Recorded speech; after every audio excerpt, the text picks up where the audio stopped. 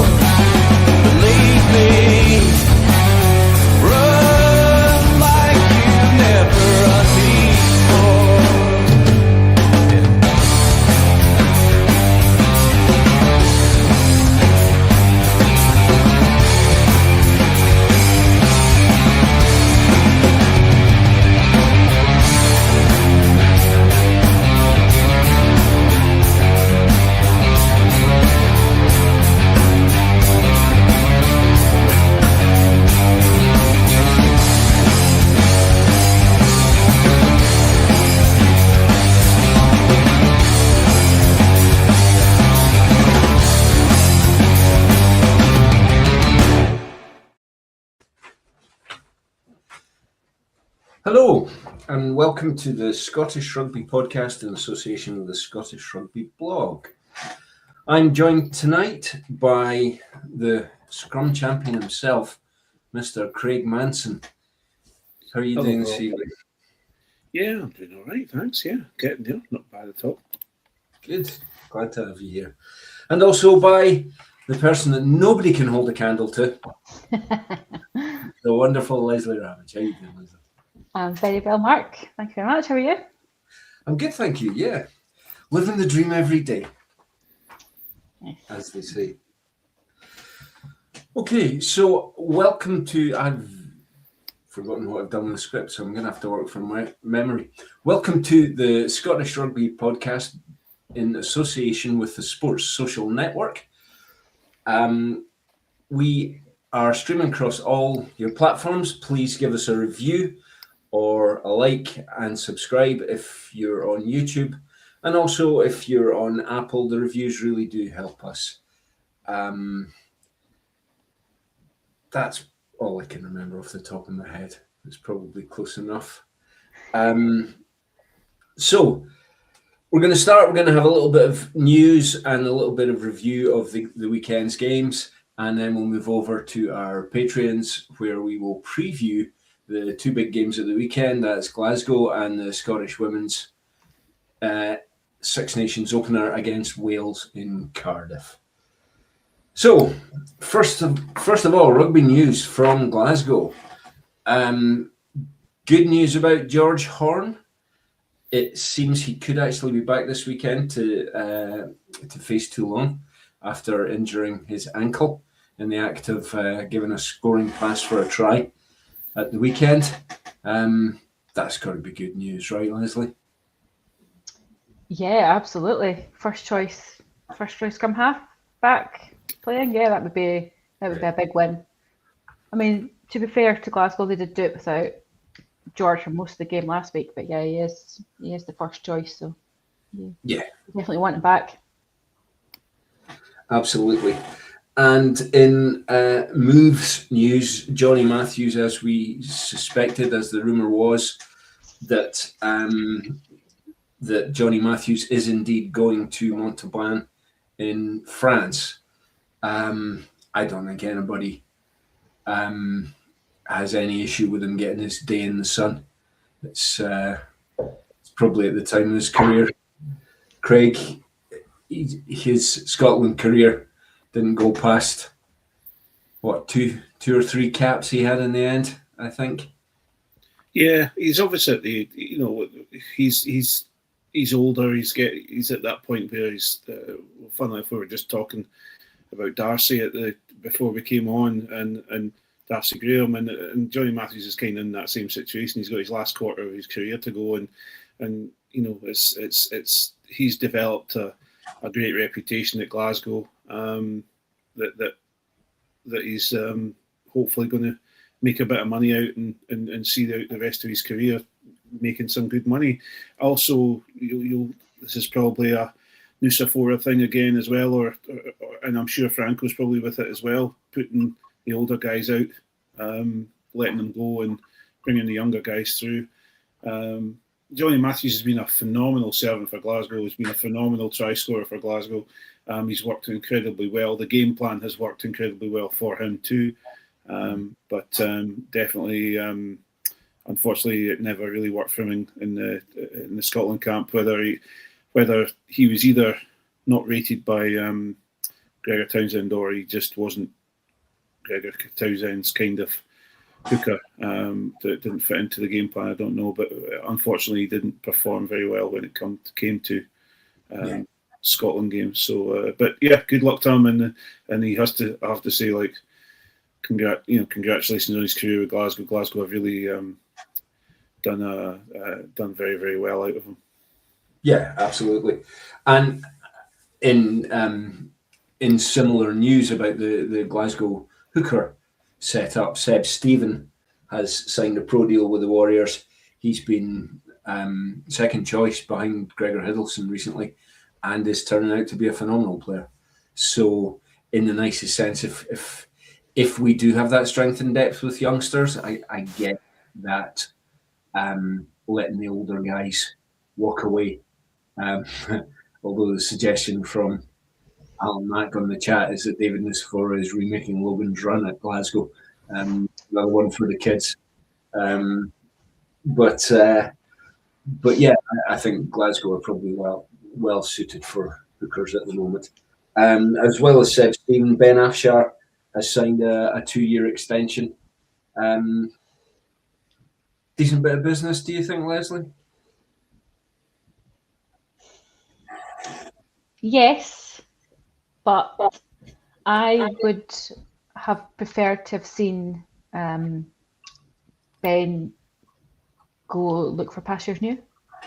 I think he's a good scrum half, but he's probably not getting out that sort of third spot. And he's got Jack Oliver very much clipping at his heels. It might be a nice opportunity for him to go somewhere else, new environment, new coaching, new experience, try something different. But when Glasgow have 4 scrum halves, how many do you need?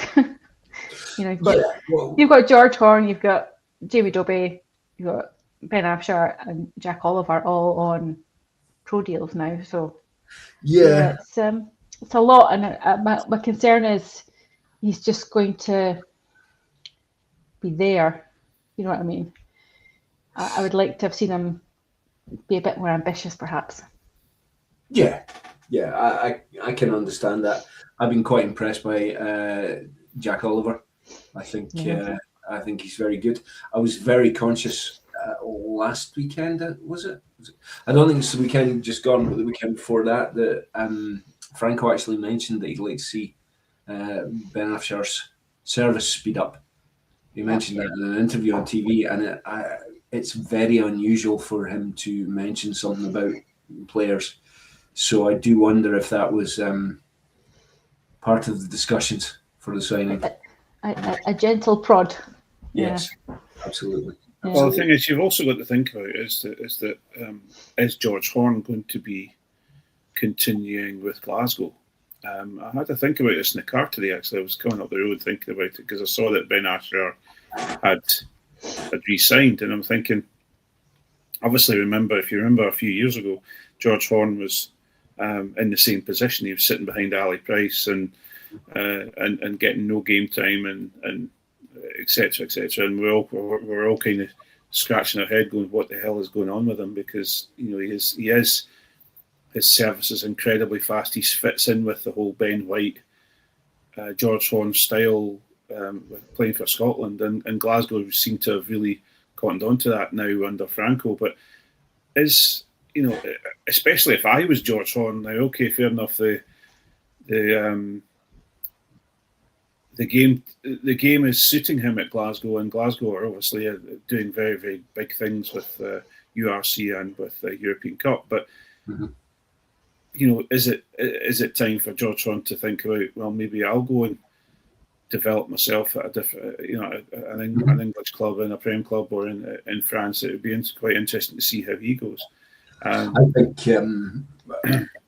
Sorry, I interrupted you. No, not at all. I was just going to mention the fact that Alan McDonald, our dear friend Alan, is commenting hugely in the comments here and being rather snarky. And I'm thinking to myself, hang on a minute, if you've got time to sit and be jokey McJoke on the old comments, why are you not on the podcast?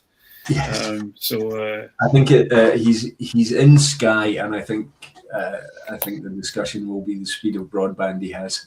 Right, okay. Enables him to chat, but not so much to enables him to message, but not so much to participate. Yeah, he's putting me off. But yeah, I agree. I think perhaps not the Prem, but I could see Horn developing yet further in France, because they play so much with Le Petit General, as they call it, the 9 in charge, and I think Horn already thinks he's in charge, so I think he would fit in perfectly in France. I think he would get a lot of game time from there. And then on to Edinburgh. There's literally no news. As Leslie mentioned, news roundup, it's tumbleweed. Craig, no signings at Edinburgh, no extensions. Thoughts? My thoughts are going to ricochet all the way through this podcast about the SRU and about Edinburgh, and the general cluster. And I wasn't going to say the second word, that seems to be happening at Edinburgh. We are absolutely, yeah. I didn't say the other word, so it's all right. No, I know. I'm all right. And now I've realised that Alan's now left the chat, and I'm really upset, because I was thinking, I didn't mean it. I was only having a wee laugh with him, and I didn't realise it. I hope he didn't take it personally. We've got no signings.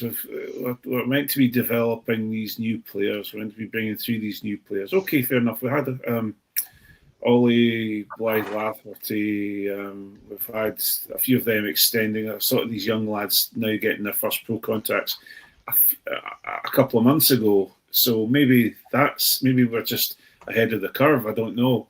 But there's one big signing that.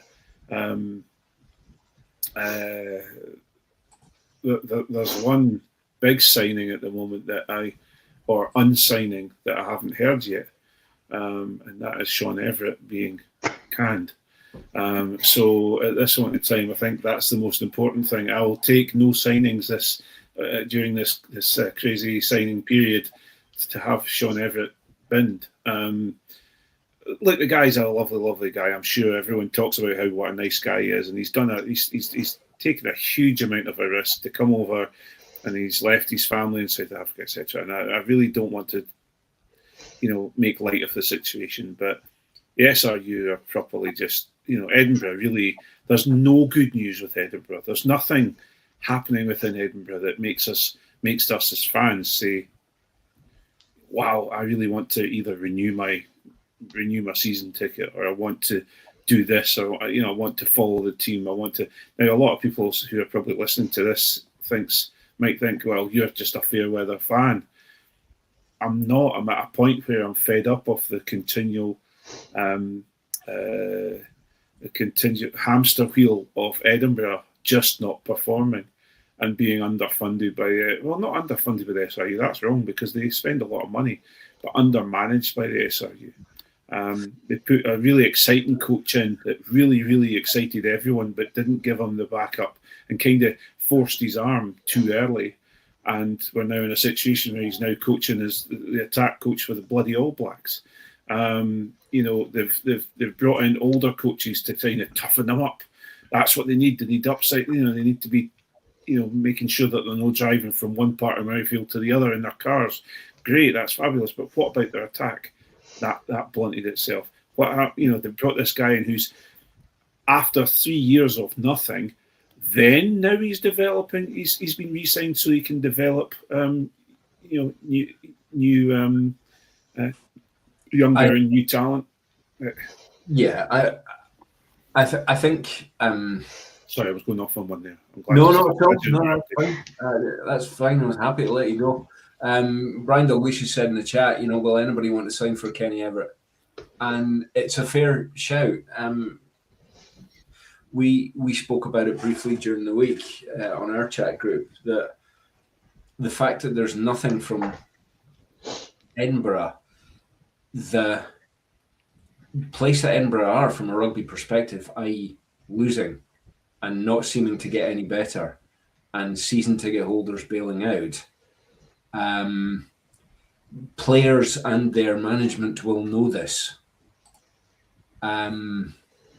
So they're not going to want to sign if they have alternatives on the table. I can't see. You can imagine, genuinely, I can imagine big players who like to play a running game, big name players, want to play a running game, maybe want to spend time in a top team, queuing up and going, can you see if there's a place available for me at Glasgow? Can you see if Glasgow are looking for anybody in my position? Nobody's doing that with Edinburgh, right? And that is a problem, and I suspect that is part of why we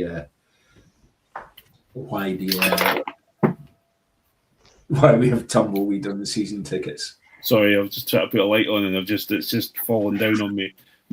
I'm all at sea today. I apologise. Do not worry. Edinburgh are like 13th in the URC at the moment, and why would you want to sign for a club that are 13th in the URC, and there's no sign of Sean Everett leaving? So that's the coach you're going to have. Mm-hmm. What would be the incentive? The vibes don't look good. It doesn't look like there's a great culture yet. You think, well, maybe they're not performing yet, but maybe we can turn them around. Or, it looks from the outside looking in to be a very poor. There is not the culture that they have at Glasgow. There is no team that everybody's rallying around. It just seems to be a collection of individuals. From looking on the outside, from looking out in. Why would you want to go there? You just wouldn't. If you're a player, you'll have heard stories about stuff happening at Glasgow. I would imagine, Edinburgh. Sorry, you would know that that's probably a club you want to avoid if you can. And as you said, unless there's no other alternative, basically.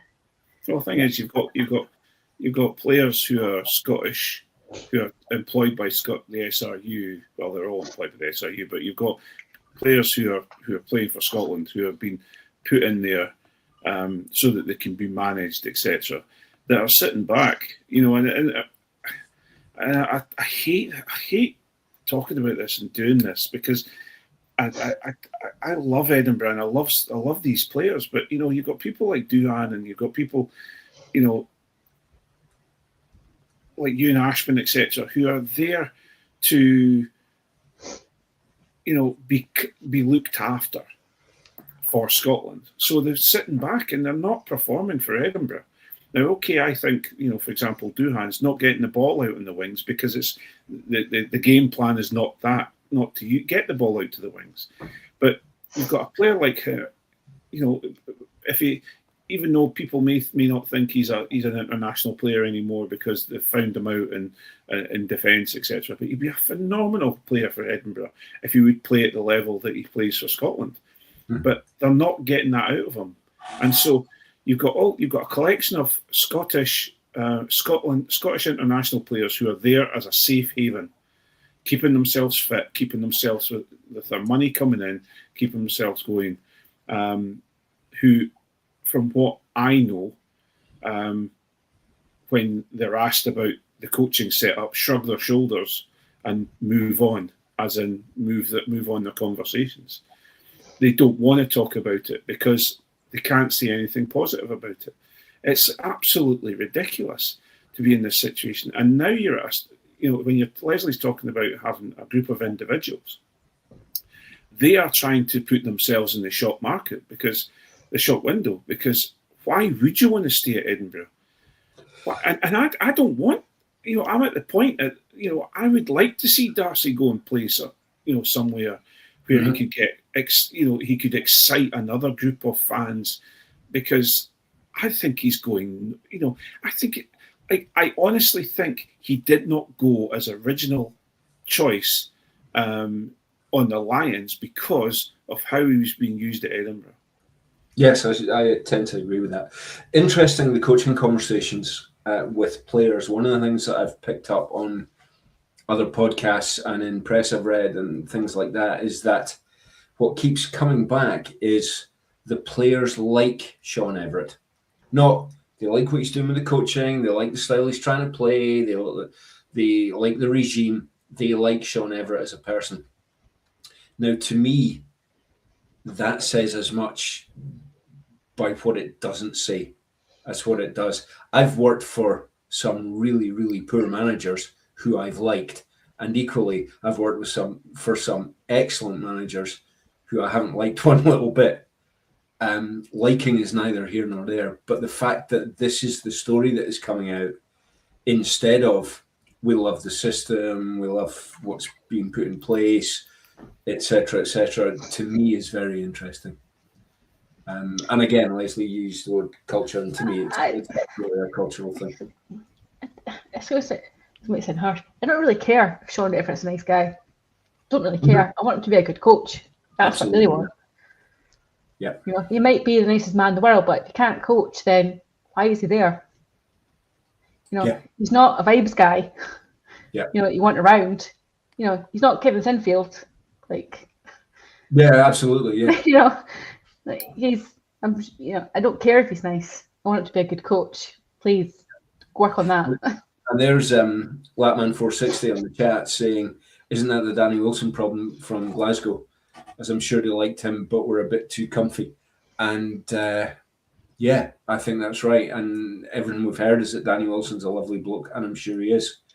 But it's a results-driven industry. Unfortunately, Edinburgh are not getting the results, and Mr. Everett doesn't seem to be getting the bum's rush as a result of that. Anyway, moving on to finish up the news. I'm sure we'll come back to Edinburgh when we come to discuss the weekend's games. Oh, yeah.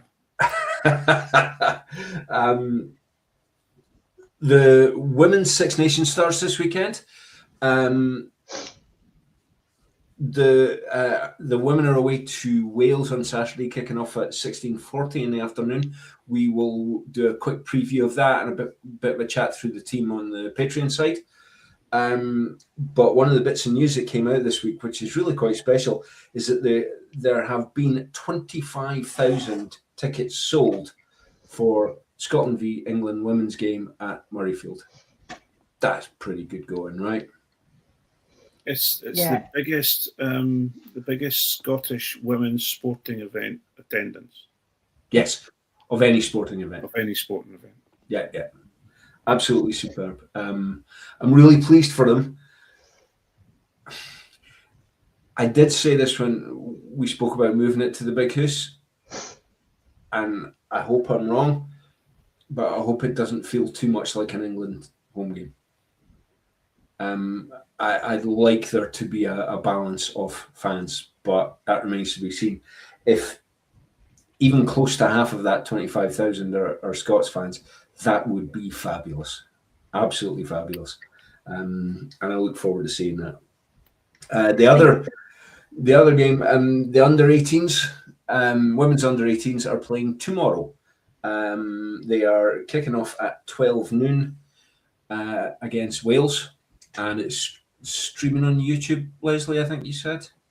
Yeah, the under-18s festival has been on the under-20s YouTube channel and on Scottish. The SRU YouTube channel as well. So they've done both. Great stuff.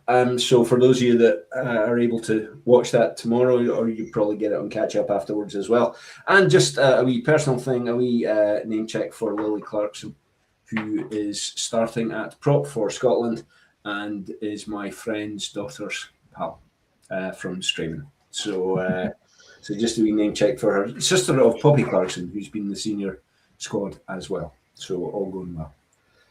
Nice. Right. Shall we do a quick roundup of the games? Shall we go in chronological order and do Glasgow first, since I know you pair are both predominantly Edinburgh fans, so we'll keep them till last and do our thing with that. So the Glasgow game, 25-21. It was a wee bit squeaky at times. The Bulls went ahead initially with a penalty before Williamson scored on 17 minutes. But I think that's when Horn tweaked his ankle, because it was initially, I think it was Matt Ferguson going through, then Horn on the burst, and just got tracked down short, but popped the ball up to Williamson. Both games, and I was looking at them on review, and both of them were very much score on score. And so Edinburgh scored on 17 minutes, the Bulls scored again on 25, and then another on 30 minutes before Dempsey scored on 33 minutes, and then with the Bulls score on penalty on 39 minutes to go in at half-time 14-12 up to the Bulls. There were some people saying that they thought that Glasgow would batter the Bulls, and okay, the conditions were not completely conducive to that kind of rugby, but it was a wee bit nervy by that point. But Glasgow came back and did Glasgow things. Angus Fraser scored in 56 minutes, Stafford on 71. The Bulls scored again, making it 22-21 with 4 minutes to play. Glasgow went upfield and did something that is as rare as hen's teeth. They kicked a penalty to put it outside of 3 points and took the game safely home. The penalty actually went over the bar on 80 minutes dead, so it was quite good. Closer than we thought it was going to be, Leslie. Yes. I think I had Glasgow by 10 was my prediction, but I think the scoreline kind of flattered the Bulls a little bit, because they scored right at the very end, didn't they, which kind of put a bit of a gloss on it. 76 minutes was their last Yeah, and Glasgow could have potentially had another one after that, but they ended up taking the penalty instead. It just Glasgow doing what they do, isn't it? I never was watching it. I watched it back again today, and I didn't. At no point did you think, "Oh, Glasgow are going to lose this." It was never. It's much just like what we talked about last week. Yeah, okay, the Bulls went ahead, but you never felt, "Oh, this got away from Glasgow." It always felt, "Yeah, they'll get this back. It'll be fine," and they did. Yeah, feel like a bit of a broken record, but. Yeah, they do what they do. They just plow on through you. And, yeah. Interesting to me. I mean, we know that the South Africans play a very forward-oriented game, and the Bulls took shots at goal on 2 occasions where you know that Glasgow would have, and did later in the game, go for the corner and maul over. All the games, or a lot of the games this weekend, were real try-fests. Craig, is this a permanent change we're seeing in rugby? That you can take penalties if you want, but for the most part, tries are going to win games. I think it's an odd one. I think that there's a mix of different things. I think, there's a lot we're finding now that, especially, for example, in the era of Northampton Saints and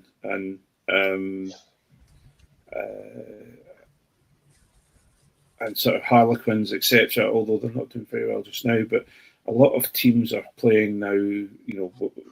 Defence is okay, but we're not going to be absolutely 100% a defence style team. We're going to just attack and score as many more tries than you can. We're noticing it with, for example, Jack Nienaber, who's struggling a bit at Leinster because he's trying to put this defence-heavy, safe team in place, but they're finding themselves being, trying to attack as well at the same time, and it's not fitting together. You're either just going to be one of those loose attack teams, and defend as best as you can, or you're going to be one of these strong defensive teams, but you're not going to score as many tries as you should. Look at England, for example, defence heavy, not a massive amount of attack mind. Look at Scotland, lots and lots of tries, maybe not performing maybe they're not what's the word? Performing is the wrong word, but they're not scoring enough tries to beat other teams, etc. There's still plenty of tries to beat France, mind you. So it's an odd one.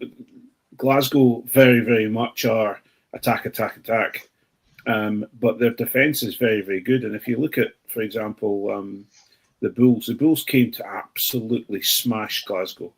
They came in to absolutely just tear them apart, and they didn't get that chance. They put in some big hits, and they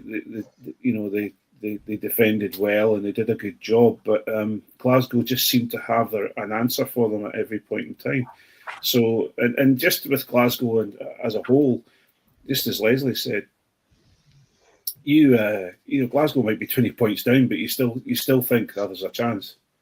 And they've shown that regularly, Glasgow absolutely have this, as many big winning teams do. They begin to get an aura about them, and it's a confidence in themselves, but it's also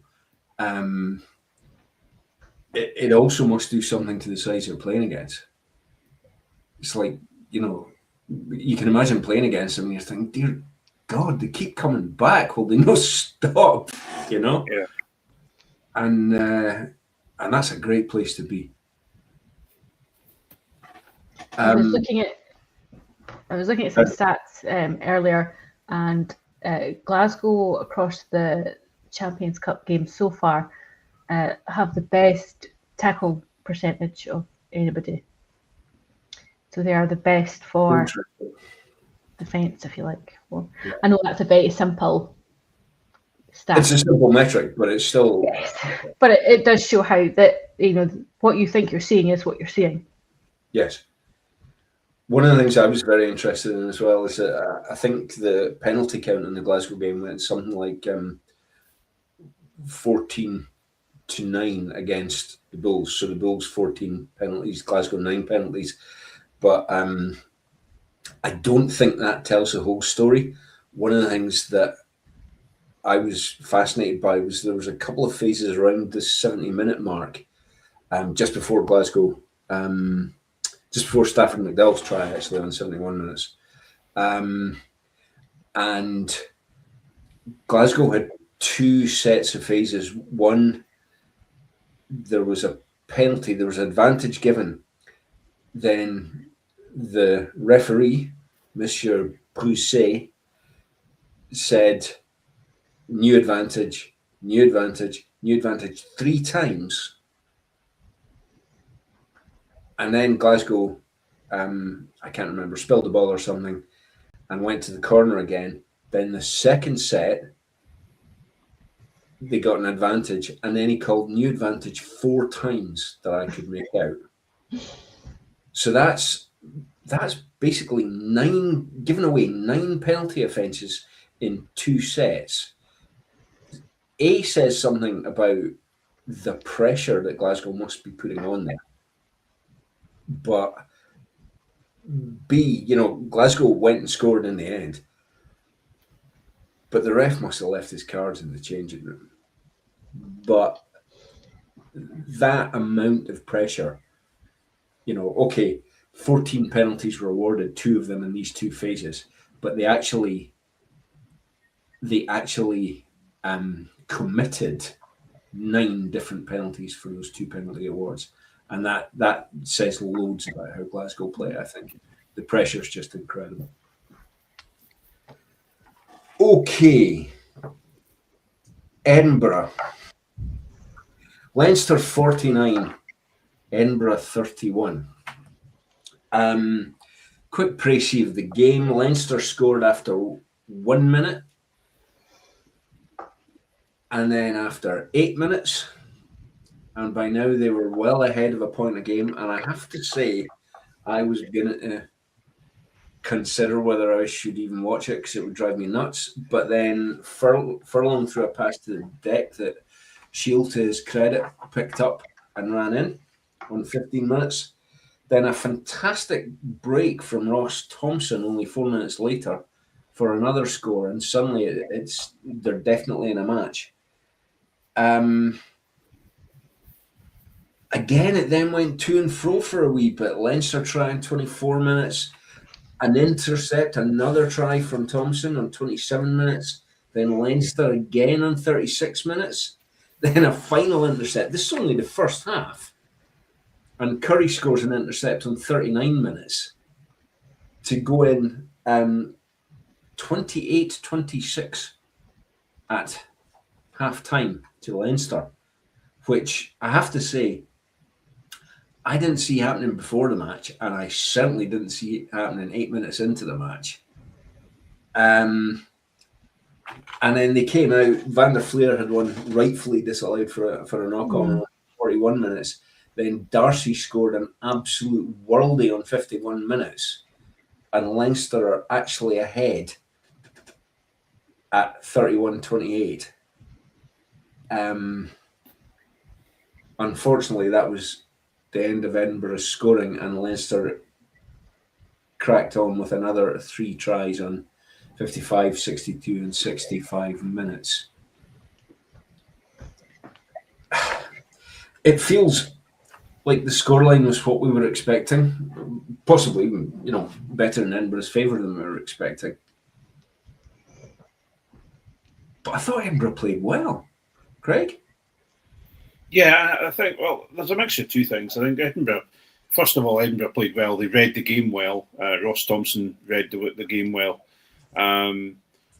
Again, though, it's individuals taking the chances that they get. Leinster absolutely and utterly underestimated Edinburgh. And, they've come out and they've tried to, what we're going to do today is we're going to try a bit of attacking for a change. And this is what we're going to try. We're going to, instead of grinding the teams into pure boredom and then scoring a couple of tries, what we're going to do is we're going to try and attack them. And that's where the intercepts came from. They were lazy. They were imprecise, and they were. If that was Glasgow would have absolutely spanked them. Yes. And I think Edinburgh played well as they are playing at the moment, if you know what I mean. They played like an 8th or a 9th place team rather than a 13th place team. And I think it just, this is Edinburgh all over the place. They come out and they'll put in a good performance, and then they'll absolutely throw it away again when they're away in South Africa for 2 rounds. It's just, they bring the bench on, the bench comes on, and then all of a sudden there's a couple of tries scored at the end because people are tired or they're not trying hard enough or whatever the problem is. But yeah, I think the score, if you look at the scoring, you've got 3 intercepts or 2 intercepts in one. I think it's 2 or 3 intercepts. So that's where your scores have come from, and then a moment of beauty from Darcy. There's no there's no tries coming from from plays. Yes. These were all off the hoof. And again, as we talked earlier on in the podcast, it was all it's players' individual magic that's creating these tries, and so that's. I'm not trying to take anything away from Edinburgh. Edinburgh played well and showed up, whereas Leinster didn't show up, and still cruised a win. Mm-hmm. So it just It's I kind of felt that somebody gave Leinster a shake halfway through and said, all right, we really need to be doing this. And they stepped up. But yeah, I agree. And I know we've spoken about it. There is no... One of the problems I see with the Edinburgh attack is that it's really basic schoolboy stuff. It's... there's no guile, there's no cleverness, there's no deceit in the Edinburgh setup that is creating space, is creating opportunities for people. Darcy's try was a worldie. Thompson's try, his first one was absolutely superb. And again, completely from individual moments. The other three were all from 2 intercepts and 1 scooping up a ball on the deck. I've heard people discuss that possibly that was due to Edinburgh's strategy getting amongst them. But I'm a bit scared. Bold to assume Edinburgh had a strategy. Yeah, I think that's part of the problem, isn't it? Yeah. Okay, I would love that. I would love to think that. I would love to be in the position of those people who do say that and think that. That would make me feel a bit better. And right now I am not happy or excited about Edinburgh / the SRU. So I'd love to be able to sit back and go, well, they obviously came out with a game plan. But their game plans, I'm sorry, but Edinburgh's game plan shouldn't be let's hope that the other team aren't going to be on their top game today. And we'll, so anyway, sorry, I'll get off that. No, I'm on a high horse and I'm not going to get off it at the moment. I'll need to get off it. Not at all. I mean, we are here to discuss Edinburgh, and as you say, Craig, if your attacking strategy is I'm going to intercept 3 balls, then you have a problem because that should not be your attacking strategy. Yeah. Doesn't matter who you are. Yeah. Yes. My comments about the game are pretty much exactly what Craig has said, that it was very much, pieces of individual brilliance, bit of luck, and being in the right place to get those crappy offloads from Leinster. And Leinster should be embarrassed by having 3 intercepts from Edinburgh, all teams. And I don't mean that in a disrespectful way to Edinburgh, but they have been so poor all season, and you should not be losing 3 tries from nothing to Edinburgh. Well, up until 60 minutes, they had an opportunity to be punted out the European Cup by a 13th place URC team. Yes. Who have not beaten a team placed higher than 10th in URC all season. So yeah, I totally agree, Leslie. They should be sitting there in the changing rooms. In fact, if I was a French team owner, they'd be travelling home by bus rather than by air. Oh no, actually, they were playing in the Aviva, which is, funnily enough, their neutral home country stadium. Although they're just playing there just now as well, and they're the only team that get that in the quarterfinals. It's anyway. Yeah. No, it's I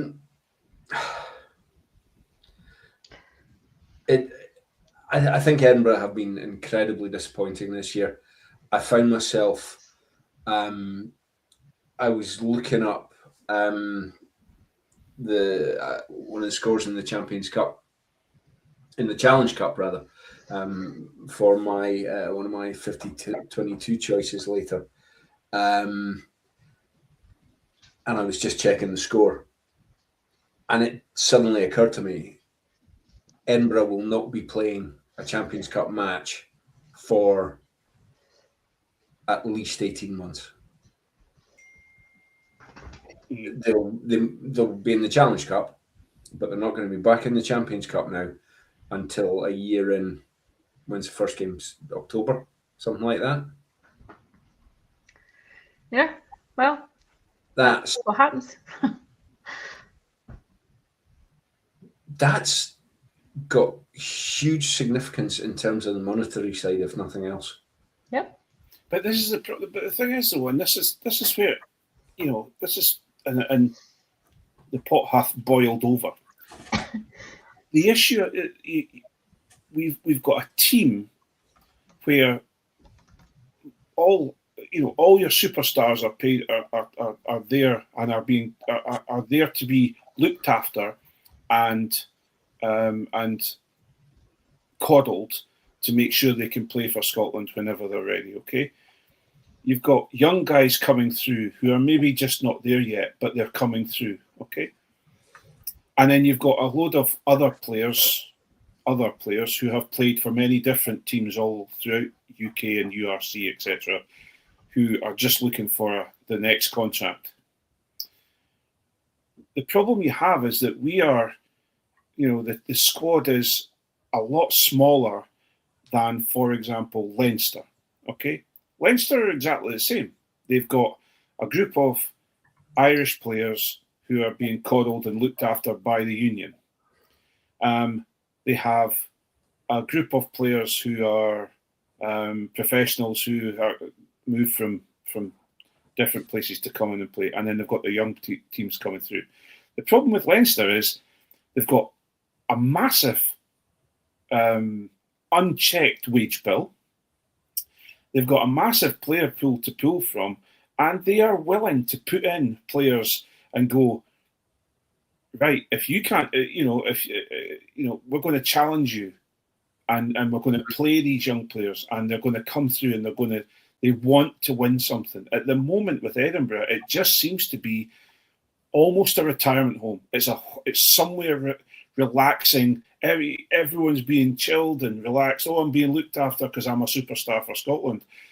There doesn't seem to be anyone sitting there and turning the app, going in. I always remember Brad Pitt when anyone's seen Moneyball, the film Moneyball, and he comes into the dressing room after their 8th or 9th loss in a row, and he hears and there's a boy dancing on the table, and they're all singing and laughing and jovial, and he takes a baseball bat to the music box, to the stereo, and he says that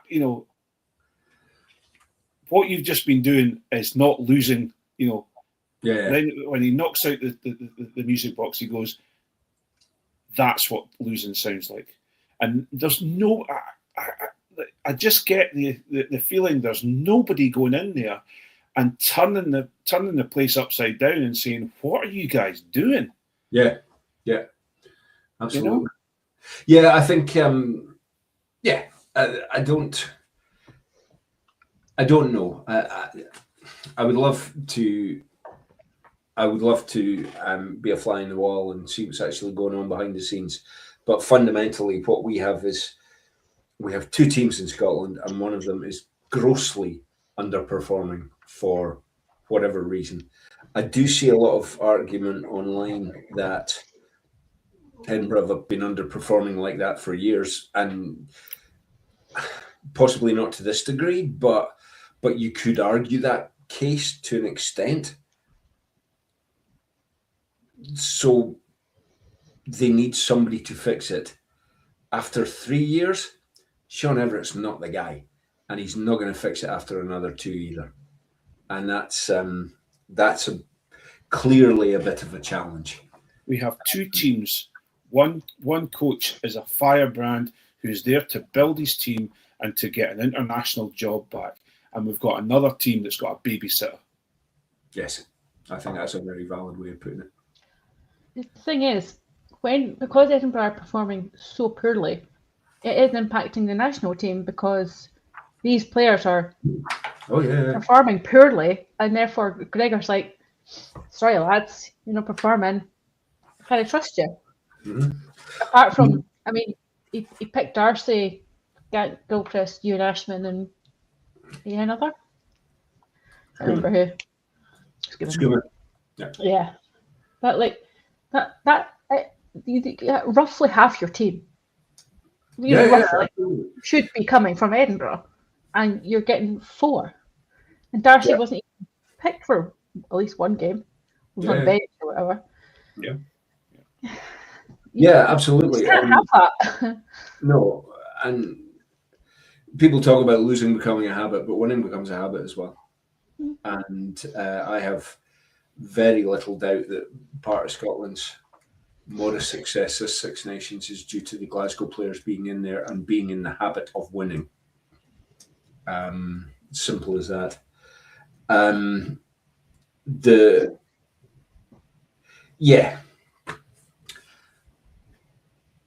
I guess the upside for the players is they get a week off next week.